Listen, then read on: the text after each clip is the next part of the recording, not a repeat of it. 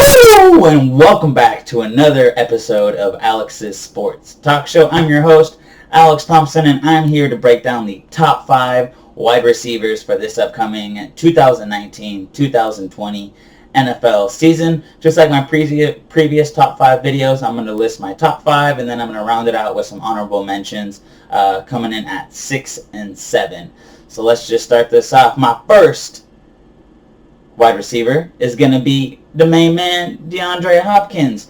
I have DeAndre Hopkins coming in at number 1 right now because, unfortunately, Lamar Miller tore his ACL and is out for the season. So look for Deshaun Watson to be finding his number 1 favorite target, DeAndre Hopkins. Yes, he will be getting double-teamed a lot more, but when has that ever stopped DeAndre Hopkins from making spectacular one-handed grabs and Randy Mossing, which is catching the ball right above the defender many times. So I got DeAndre Hopkins coming in at 1 because his use will be a lot this upcoming season. Coming in at number 2, I'm staying in the South still in Atlanta with my main man Julio Jones. He's the number 2 because he is looking to still get paid, but that doesn't mean his performance is going to get bad. Did you know that Julio Jones has led the league receiving in 2 out of the past 4 seasons? That's pretty crazy, and he's had 5 straight seasons of 1,400 plus receiving yards. That's pretty crazy. A lot of people put him at number 1, but I'm putting him at number 2 because him and Matt Ryan have always just been kind of off in the red zone, and he doesn't get his touchdowns that he deserves. He accumulates a lot of yards, but doesn't really show for it in touchdowns, so that's why I have him at number 2. Number 3 now, I got my main OBJ. No, not LBJ. OBJ, Odell Beckham Jr. He's on a new team with better talent.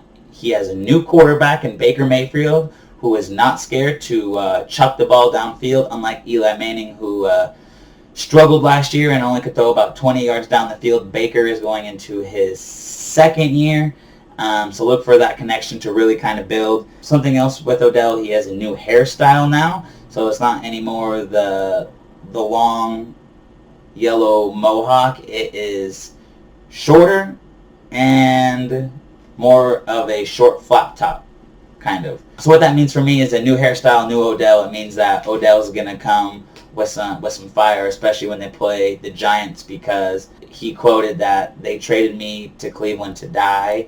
Not really professionally for sports, but New York's a way bigger market than Cleveland, so kind of personally, career-wise, to kind of fall off the radar. But he's one of the most explosive wide receivers in the league today, so I don't see that changing anytime soon. So Odell at number 3. Number 4, I got Michael Thomas, the highest paid wide receiver right now. This offseason, he just signed a 5-year, $100 million contract with $61 million guaranteed. Fairly deserves it. Let me list some facts for you.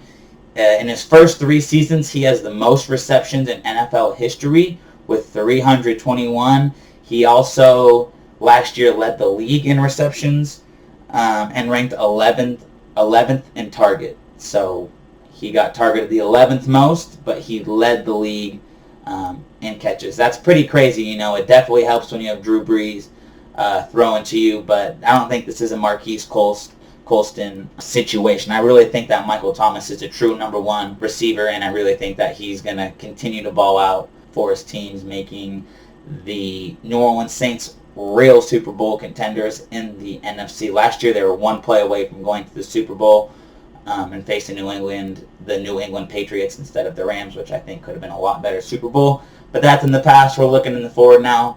Michael Thomas coming in at number 4. Next, number 5, I have Antonio Brown. Yes, I have Antonio Brown. There's been a lot of him in the news. A lot of people have been asking, like, why are you so loud, bro? Why are you making all this commotion about your feet and the helmet situation? So his feet, in the offseason, he went to a cryo chamber, wore the wrong foot gear, and he really got frostbitten feet bad, and they're all torn up, and they're really nasty and gross. That's not really on him, so I can kind of see why he's been being kept off the field. But the helmet situation, I just think that that's totally absurd and just a call for attention. He wants to wear his 10-year-old helmet that's non-certifiable or non-certified by the NFL because the NFL wants to make the player safe, and so they have like 35 different certified helmets, and Antonio Brown is choosing not to wear one, especially since all these other stars and superstars like Aaron Rodgers and Tom Brady have switched over helmets without cause of commotion. So Antonio Brown's been that commotion guy. Luckily, he just found one, so we probably won't have to hear about this anymore in the future. But the reason why I have my number 5 is because he is the best route runner in the league right now. If I were to rank my top 3 route runners, it would be Antonio Brown, Odell Beckham Jr., maybe Julio Jones, maybe Mike Evans type people, kind of rounding out that list. But Antonio Brown is by far the best route runner right here, and his work ethic is legendary. But his off-the-field antics have kind of interfered with how the media portrays him and how his teammates portray him. But he's got a new system, far younger quarterback. He's signed a great big deal, so hopefully he can kind of live up to those numbers. Derek Carr is not Big Ben, but I still think that unlike last year, he led the league in touchdowns with 15. I still think he's going to hit that double-digit mark, probably about 10 or 11, and receiving yards probably crack about 1,100, 1,200 yards. So not what he's used to, but still putting up the production that Antonio Brown has. All right, moving on to the honorable mentions. I got number 6 coming in. I got Mike Evans of the Tampa Bay Buccaneers. Somehow, someway, due to the inconsistent quarterback play in Tampa Bay, he still manages to accumulate 1,000 yards seasons. Not sure how, but Mike Evans is still pretty young, but look out for this kid in the future because he is up on the come up. I love Mike Evans with the new head coach Bruce Arians coming in. I feel like it's going to be kind of like the Carson Palmer-led Arizona Cardinals from a few years ago.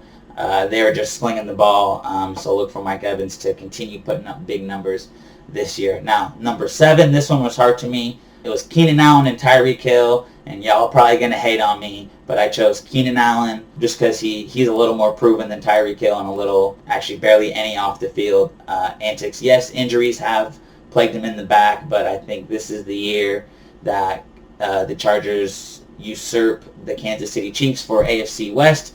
I really think that the Chargers are Super Bowl contenders now with Melvin Gordon out. That's going to be kind of tricky, so I think that Phillip Rivers is going to kind of rely on Keenan Allen as a crutch during this season.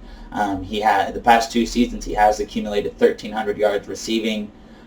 That's pretty good, but like I said, injuries have plagued him in the past. I think that's why people kind of forgot about Keenan Allen, but I think that this year Keenan Allen will probably rank in the top 5 for receiving yards this year.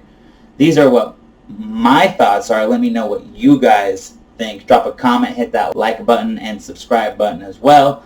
Thanks for tuning in. Have a great day. I'm out of here. Woo!